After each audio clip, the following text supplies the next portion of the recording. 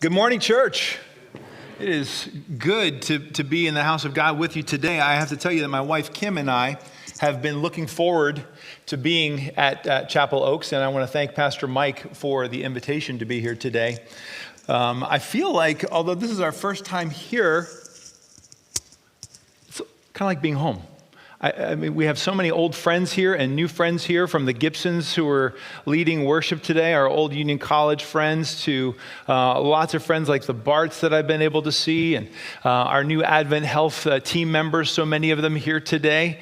It is good to be together with this team. You have got a fantastic church, Chapel Oaks. As Pastor Mike mentioned in the bio that he shared, and I'll say, when you're asked to speak, you keep kind of a bio, and sometimes it's asked for you, and you'll send it, thinking that people will pick a few things off of that, and I see now that I have to update that because Pastor Mike shared all of it. Thank you very much for that. But as he mentioned, my wife Kim and I, we moved here this year from Denver, where we've been in pastoral ministry for the last 24 years. Thought we would be there forever. But then one of your members, Sam Hunergart, called about a year ago and said, would you ever consider moving to Kansas City and working for Advent Health? And I said, Sam, I love you, and I love the work that you do, but I'm a church guy, and I don't think so. But we ended up coming out and visiting Kansas City and seeing the work that Advent Health is doing, and the tremendous opportunity for ministry in this city and this area through that amazing healthcare facility. And here we are. And so we are just thrilled. It's been a great year. And one of the things that I get to do is I get to work with churches and learn about what churches are doing in the community. And I continually hear about Chapel Oaks and the work that you're doing, the volunteers that you're sending to Wyandotte County and working with the refugee population, the VBSs that you helped with this year, the drive that you just had for our refugees over the Christmas holiday. I just want to say thank you for your involvement and the work you're doing in our community, the impact that you're making. It is making an impact. It is sharing the love of Christ. So thank you, Pastor Mike, for your leadership and the other lay leaders here. Well done.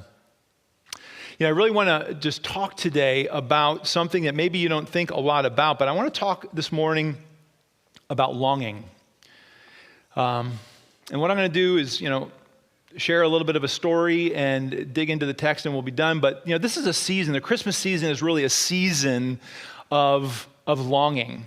We have this innate longing within us for an experience or a feeling during Christmas. Maybe it came from a Hallmark movie or something from our childhood or some ideal, of a family around a table. We long. Maybe it's the child just longing for Christmas Day when they finally get to open presents, or a parent or grandparent longing for the opportunity to be around the Christmas table with all of their kids and grandkids, and everyone's there and no one's arguing, everyone's getting along.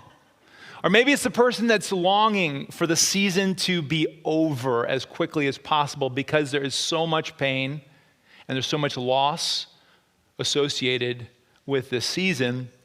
Christmas is a time for longing, and longing is one of the central emotions of God followers down through the ages. Again, I want to share a story about a time, an experience I had when I really learned the power and the perspective of longing. About 10 years ago, I began traveling with a group to Nepal to work with an Adventist hospital just outside of Kathmandu. And on one of the first trips, the leader of the organization I was with, Greg Hodgson, said, hey, on one of these trips, we should plan a trip to Everest Base Camp. Now, I didn't know anything about Everest Base Camp, what was entailed in getting there, but I'm always game for a fun excursion, so I said, great. And so we started planning this excursion on our next trip that we were going to go to Everest Base Camp. I know that in this picture, I look like this triumphant, mountain-conquering, adventurer, but the reality was anything but. I didn't know anything about it, but we began to plan, and I learned that you begin by flying into the world's most dangerous airport, which is a terrifying feat, and the journey starts from there. You're about 9,000 feet above sea level. You trek down to about 8,500 feet above sea level, then up to 18,000 feet above sea level, and then back down all in 14 days. And here's where I made my first mistake. I was looking at the itinerary as we were planning, and I found that there were 3 rest days built into the itinerary. And I was pretty fit at the time. I was running marathons and whatnot. I thought, all we're doing is walking in the mountains. Why do we need 3 rest days? So we canceled 2 of them and got rid of them. When I got to Nepal, the guide said, I see that you canceled 2 of the acclimation days. I said, acclimation? It said rest. That's very different. We need acclimation days for a body to acclimate to the altitude, but we had canceled those. I would definitely regret that. Our team was a great team. There were 5 friends and a guide. The man in the blue jacket was one of my dearest friends, Jed. We had planned this together. The man in the middle is Greg. Greg is the leader of that organization, Global Health Initiatives in Denver. He would end up breaking his foot the first hour of the first day of the journey. He would try to hobble on for 2 days, but would end up sitting in a little village in the Himalayas for 8 days, waiting for us to return. But the little man on the far right is Deepak, and he was our guide. And I want you to pay attention to Deepak and his size in particular. He probably weighs about 100 pounds, but this man would end up saving my life in more ways than one. He was an amazing person. The first few days of the trek are just beautiful. You're just meandering through these little villages, and you're below tree line, and so you're kind of going through these forests, and around every corner, it's just this new vista that's just gorgeous, and it's just breathtaking, and everything is just stunning.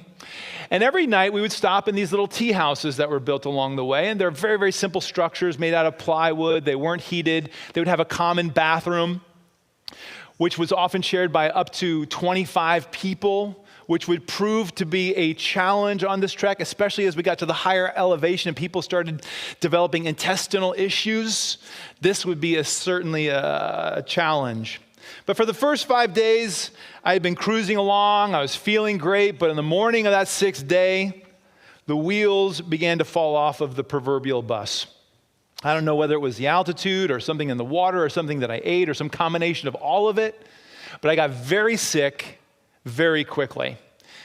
The main problem was intestinal. I'll just leave it at that, but I couldn't keep anything down, so I got very weak and very dehydrated. And that day we climbed from about 14,000 feet, a little town called Periche, up above 14,000 feet to the horrible little hamlet of Lobuche. Now, to say that the tea house in Lobuche was filthy would be an understatement. We were on the 2nd floor, and we were continually concerned that we were going to fall through to the 1st floor.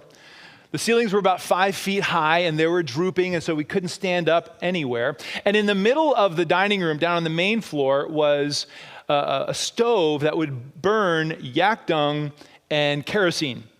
You may wonder, why would they burn that? Well, at 16,000 feet, nothing grows, so there's no firewood. And so what the locals would do is whenever a yak would do his business, they would reach down, they would pick it up, and they would slap it against a wall or a rock, wait for the sun to dry it, then they would peel off these little discs, throw it into their ovens, pour kerosene on it, and light a lamp, and that was their source of heat. Well, there was no ventilation for the stoves, which meant that the smoke from the yak dung and the kerosene would fill the entire tea house. Many people decided to sleep outside in the sub-zero temperatures rather than breathe the noxious fumes.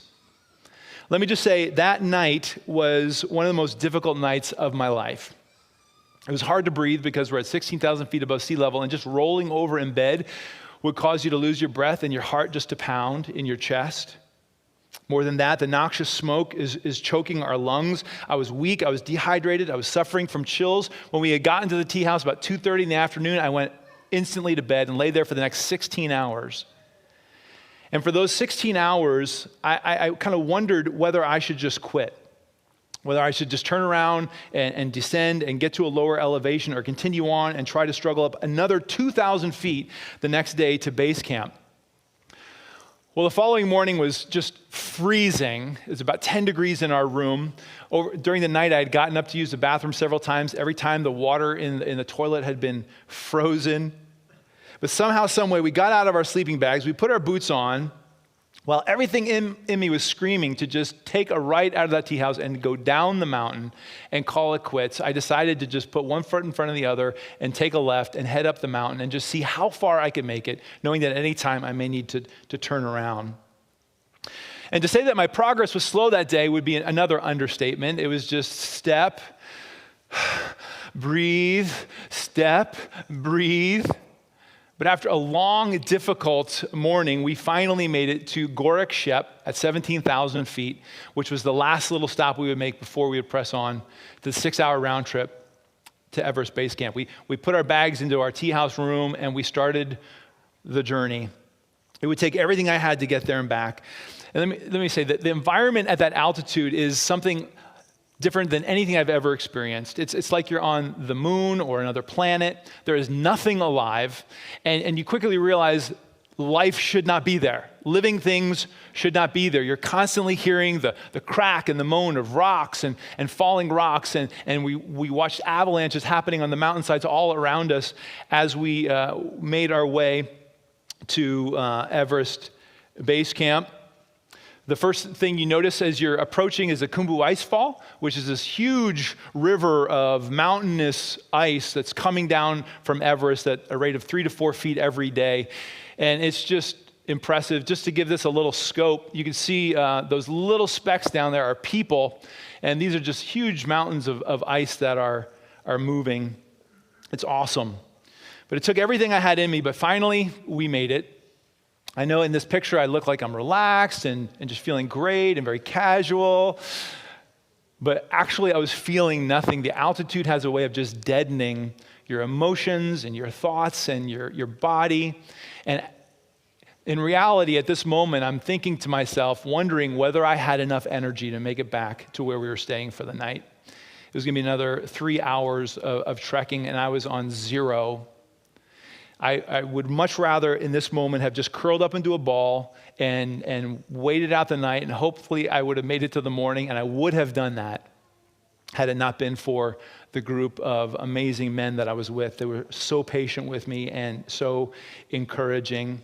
We eventually made it back, but it took everything that I had. And even though we had made it back, we still had 2 very difficult days in front of us. I ended up losing sight in my left eye because of the altitude and the change of pressure. That was for a few days. It came back once we descended. We had to go over a marathon for the next 2 days, over 26 miles up and down hills to get down below 12,000 feet. And then when I got back home, my friends heard these stories and are you glad you went? I mean, was this worth it? And the reality is it really was. It was one of the hardest things I ever had to go through, but I learned so much and it formed so much in my character. I learned lessons I really needed to learn, like that I can't do it alone. I never would have made it without my team. Again, my guide, Deepak, who weighed 100 pounds, carried my pack for 2 days along with his own pack. And as we were trying to make it back to Gorak Shep from base camp, and it was dark out, and we had nothing but stars for light. We had 2 headlamps for the 5 of us, and we were out of water. We're trying to make it back, and he grabs my arm, and he's just pulling me along, willing me back, telling me, feel the power, trying to transfer some energy to me. The night in Lobuche with my friend Jed just praying over me. With tears, God, give my friend Dave strength. I learned I could not do it alone. I learned humility.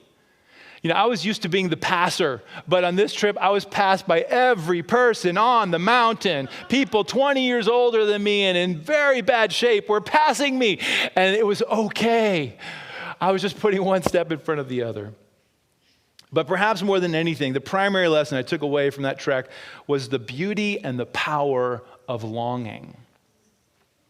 By longing, I mean a yearning, a hunger, a craving for something that you really want, but you can't have it, not right now.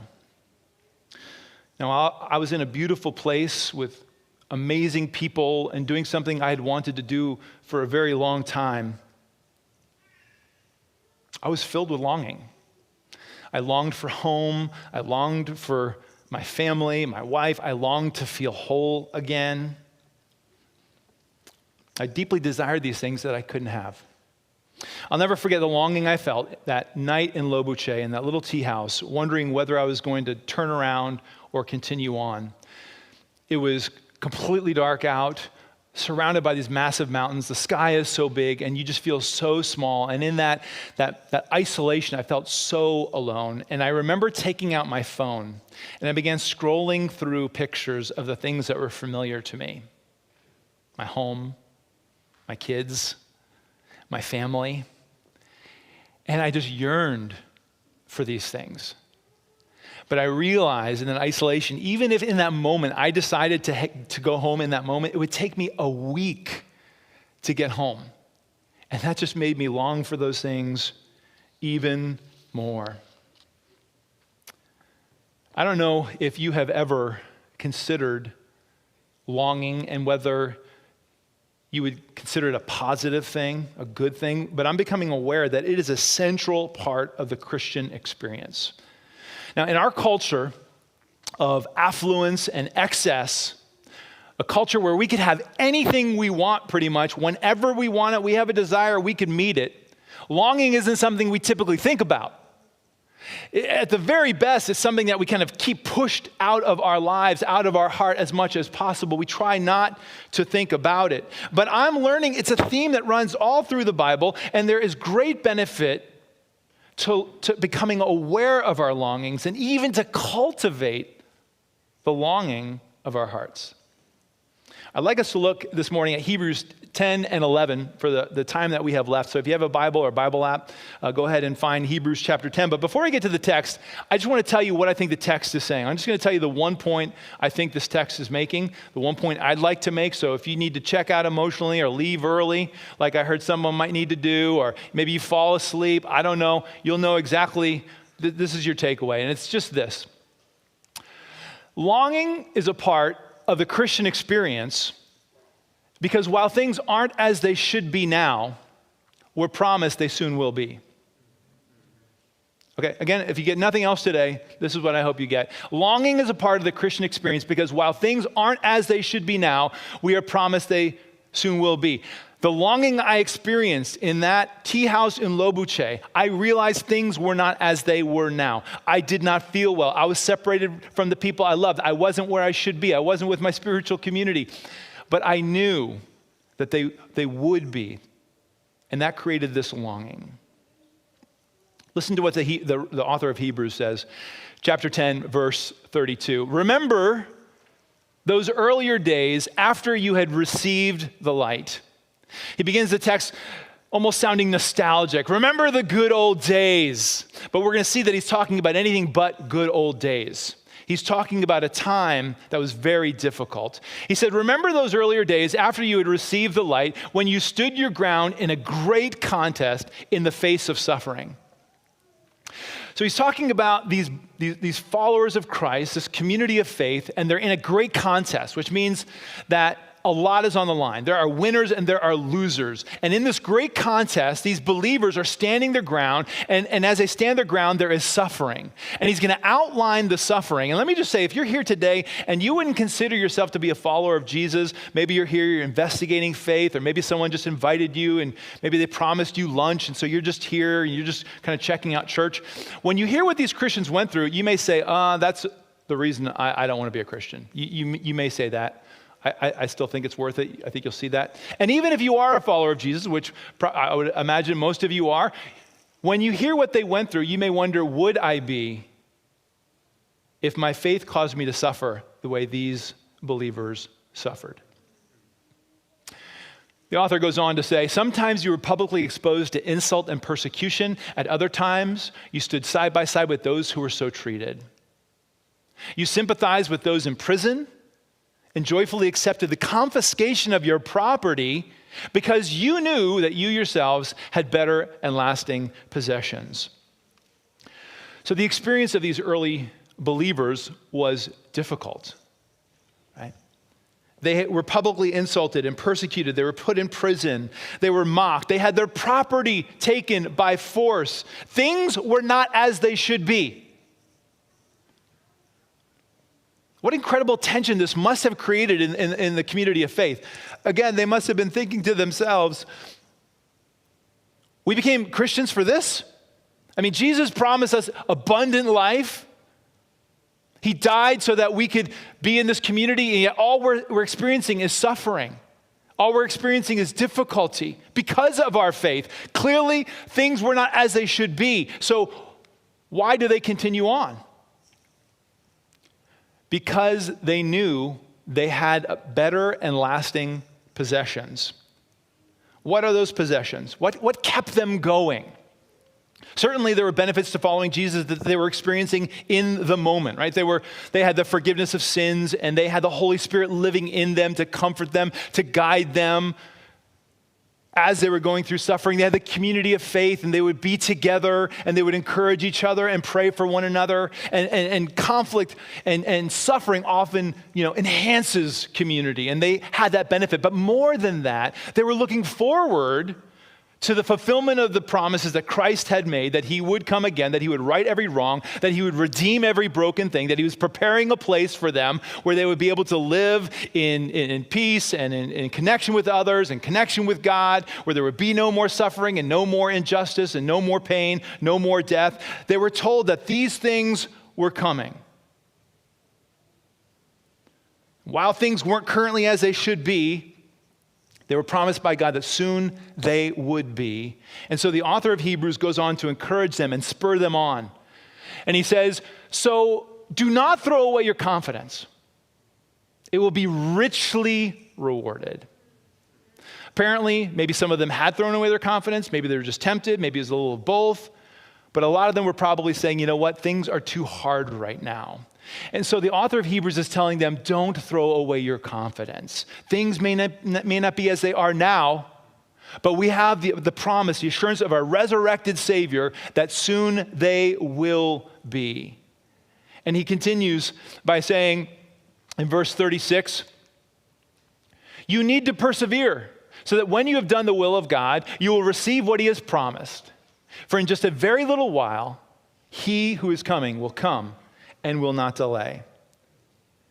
And so the point, while things are not now as they should be, Jesus promises soon they will be. So hang on. Don't lose your confidence. He will come. You will be rewarded. Everything you hope for will ultimately be experienced and realized.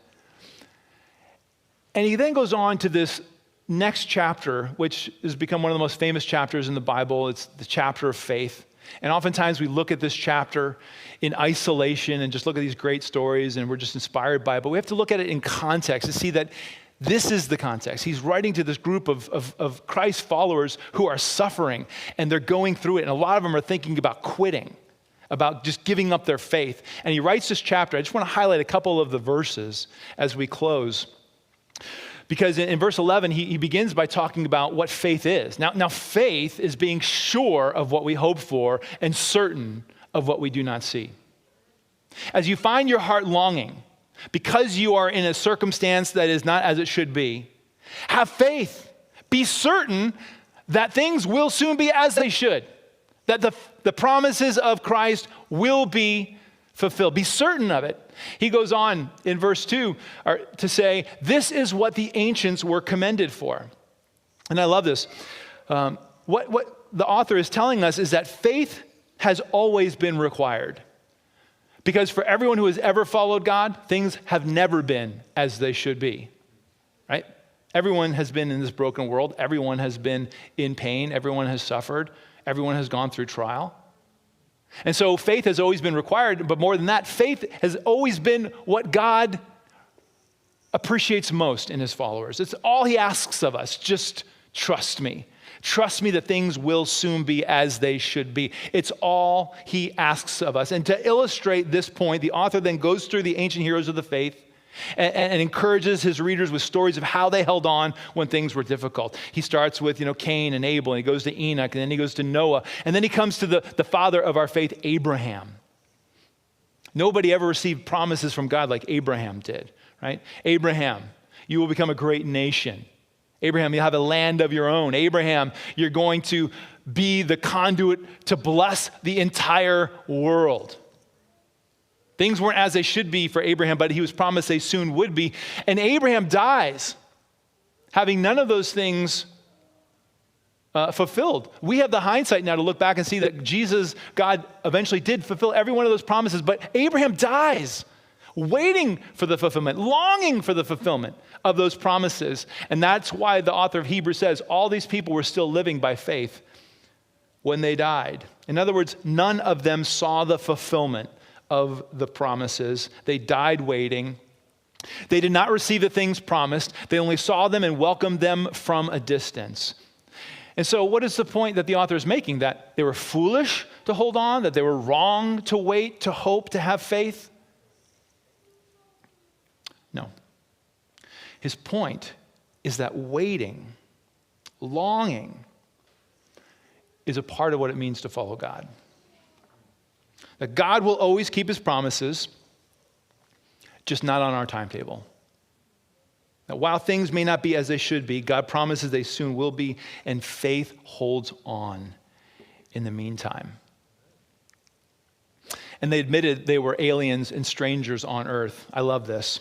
I really believe that this is the greatest benefit of longing. It's the rich perspective that it brings. It brought it to these ancient followers of the faith, and it brings it to us as well today if we allow it. The longing we all feel in our hearts, that feeling that things aren't quite right, they aren't as they should be, can serve as a powerful reminder that we are not home. We are aliens and strangers on earth. And so our longing ultimately points our attention to this, aliens and strangers on earth. Instead, they were longing for a better country, a heavenly one. Again, here we get to the point. When things were hard, when things weren't as they should be, instead of turning back, these heroes of the faith looked forward with longing. They yearned for what they knew would be, but they didn't have yet. Longing was a part of their experience of faith, a central part. It was a part of the experience of faith for the heroes of our faith, of New Testament Christians, of Christians down through the last 2,000 years, and I would venture to say it has been a part of every one of our experience, longing. We may not have our property confiscated. We may not be thrown in prison. We may not be publicly mocked or insulted. But we live with this tension all the time. We live with this tension that things aren't now as they should be. We know it. We know it when we lose people that we love. Things are not as they should be. We know it as our own bodies begin to wear down, either through illness or aging. We know that things aren't as they should be when we experience personal conflict with one another or within our families, or when we suffer from depression or people that we love suffer from mental illness. We know things that aren't as they should be when we have financial issues. When our highest expectations are met with our deepest disappointments, we are confronted with the reality that things are not as they should be. And I just feel the need to clarify that. I don't want to be a downer here today because I really love life, and there's lots to enjoy in life. And there's lots of good and beauty and love. And I love life. I'm a big proponent of it. But even when things are perfect for us, nearly perfect, everything's going great, and I'm having that moment, like enjoying the perfect meal, connected with a friend in great conversation, looking at a beautiful piece of art, whatever, feeling fully alive, even in those moments, if we pay attention to our hearts, we realize the longing is still there. We realize that the meal is not going to satisfy us for long, that even though we are connected in that moment, we won't be connected forever. We'll eventually get to conflict, right? That I'll eventually have to step away from that moment of beauty or of art. We understand this even in the best of times. And this year in 2020, more than ever, we understand that things are not as they should be. Do I have to catalog them? Like the global pandemic, the racial injustice and tension and social distancing and everything we're experiencing, things aren't as they should be. But a loving and faithful God promises that soon they will be. Soon everything will be as it should be. He promises us that future home where all of these things that lead to things not being as they should be will be gone, and we will be in the home that we have been promised. We will be connected with one another eternally. We'll be connected with our Father eternally. We will learn and grow and love and discover more and more and more through all eternity. And so, what do we do in the tension? What do we do with the longing in the meantime? Well, here's what we all do that is destructive. What we all typically try to do is we try to satisfy the longings of our heart in the wrong way. And could this be what sin is? That I am trying to deal with this longing with some good things sometimes, right? A good meal, shopping, sport, recreation, whatever it is. I'm going to try to those are good things, right? But they're not going to satisfy the longing of my heart.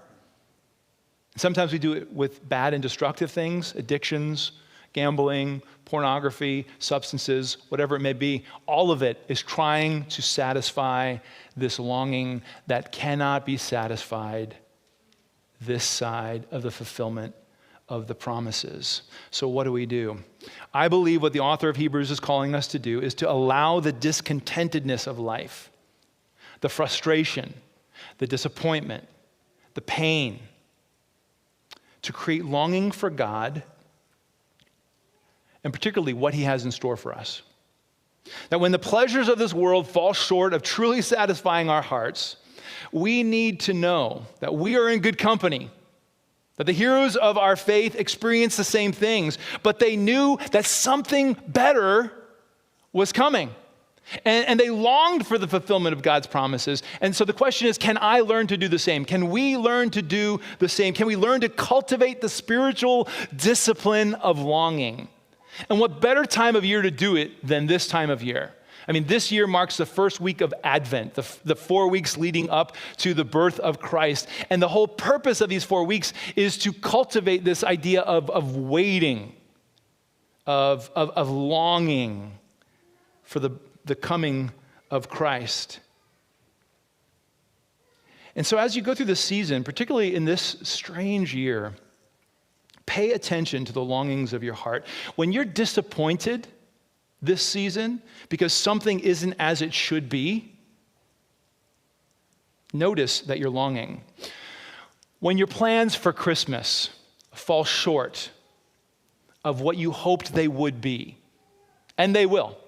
When your Christmas plans are dashed by COVID and social distancing, recognize the longing in your heart. Even as you hope for Christmas morning to come, or as you hope that it will be quickly over, recognize that you're longing. And that's because you are a foreigner living in a foreign land. And think about what's to come. Longing is a central part of the Christian experience because while things aren't as they should be now, we're promised they soon will be. Now, I understand at this point, David, you have a poem for me? Is that right? Okay. Or for us? Thank you so much. I'm going to try to get the cadence of this right. Does it rhyme? Yes. Okay. All right. Here we go. There's a longing in our hearts each day for better times than these. But up above, God's heart of love embraces every plea. His Spirit moves to help improve our character each hour. God takes our arm and safe from harm, he whispers, feel the power. Let's pray. Our Father and our God, things are not as they should be. And we pray you forgive us for that because we've made a mess of your creation. But we praise you for stepping into it, stepping into the mess on a Christmas 2,000 years ago to be a part of it and to redeem it so that you can make a promise that while things aren't as they should be now, they soon will be. As we live in that tension, God, as we live with this longing, may we cultivate that ability to allow that longing to drive us to you and to hope and to wait and have confidence that what you promise will certainly be fulfilled. And may we do it especially this time of year, God, during this Christmas. And we pray it in your name. Amen.